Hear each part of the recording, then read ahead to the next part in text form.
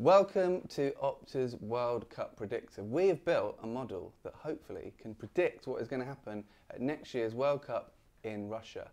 Since the draw was made an hour or so ago, while you've been discussing why there isn't actually a group of death, we've been busy simulating the World Cup 50,000 times, which in real life would be a logistical nightmare, but for computers is actually quite easy. I'm joined by Gregory, one of our data scientists. He's going to explain what the model is and how it works. So what we've done is we've looked back for the 32 teams that have qualified for the World Cup at their results over the past 4 years, as well as their results in the past 2 World Cups, so the 2014 and 2010 World Cups. And based on these results, we've assigned each team an attacking and defensive strength. And so when 2 teams meet in a potential game at the World Cup, we can simulate what the probabilities of these teams winning.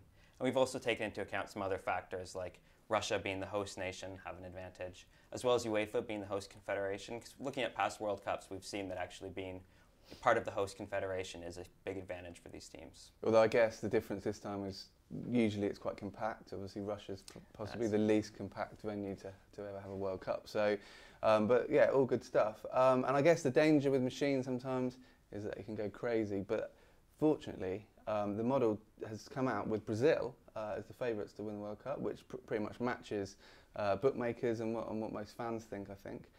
So let's have a bit of a closer look at what they are coming out as. See there, 14.2% to win the tournament, 22.5% to reach the final. Do you want to go into a bit more detail? Yeah, so Brazil are quite heavy favourites actually. They are about 3% more likely to win the tournament than any other team we have in the draw.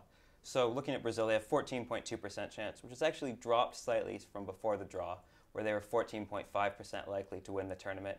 And that's less due to their group and more to their path to the final, where they could come up against a tough team like Mexico or Germany in the next round. Yeah, and I guess that's the great intangible, isn't it? It's not just who you get in your group, it's then the path that you possibly have all the way through to the final. But, you know, looks fairly good for Brazil. We'll see what happens. If we move on to the rest of the favourites, I guess, this is the top 10 in terms of chance of winning the tournament. Reigning champions Germany in second, Argentina third, France fourth. Do you want to go into a bit more detail here? Yeah, so there's not a whole lot to choose between Germany, Argentina, and France as the next 3 favourites. Compared to the bookmakers and some of the analysis we've seen from other media, Argentina are sort of the odd ones out here because they had a poor qualifying campaign. But what we found is that the model quite likes them, and what the model doesn't know is that the 2 losses they had to Chile were both heartbreaking losses. Our model sees those as 2 0-0 draws against a very good team. And the same with the final against Germany, obviously, in the 2014 World Cup. So we rate Argentina quite highly and give them a good chance of winning the World Cup this summer. They can't play Chile next summer, so that's one positive for them. I guess the question a lot of our viewers will be interested in is about Gareth Southgate's plucky England bunch of heroes. Let's have a look at them. 1.9%, that seems lower than 14, and I can confirm that it is lower. How do we think England are going to do? Well, England, as has been mentioned, I'm sure, many times since the draw, had quite a good draw, coming up against Belgium being the big team they'll be looking out for.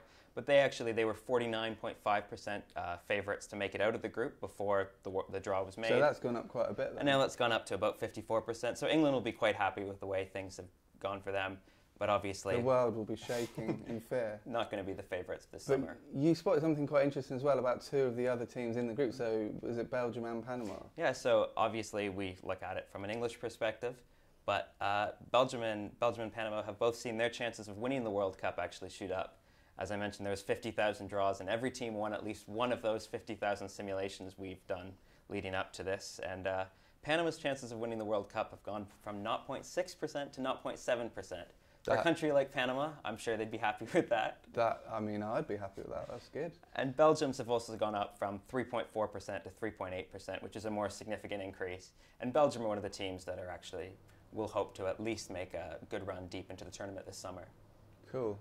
And I guess, you know, Panama we've mentioned, debutants. The other debutants are Iceland, who had a pretty good Euros. Did they? Yeah, they did beat England, of course. So, I mean, how do we think they're going to do? So there's less good news where Iceland is concerned. They have quite a tough group with Argentina. So Iceland have gone from 44% likely to make it out of the group before the draw was made down to 39%. So Iceland, a little unlucky, but they've still got a decent chance of progressing. Still, 40% pretty much chance for Iceland. You said that 10 years ago, and yeah. They're there, right? Exactly.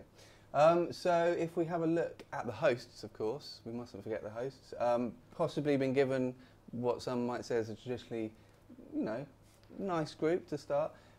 First game up will be Russia-Saudi Arabia. It looks like we've got them as you know, second favourites to go through. Is that right? Yeah, and I think one thing, it's easy to say, oh, Russia got an easy draw. But looking at the teams they could have gotten, it was always likely to be a fairly straightforward group for them, given they were a seeded team. So their probabilities and chances of making it through the group haven't actually changed that much with the draw.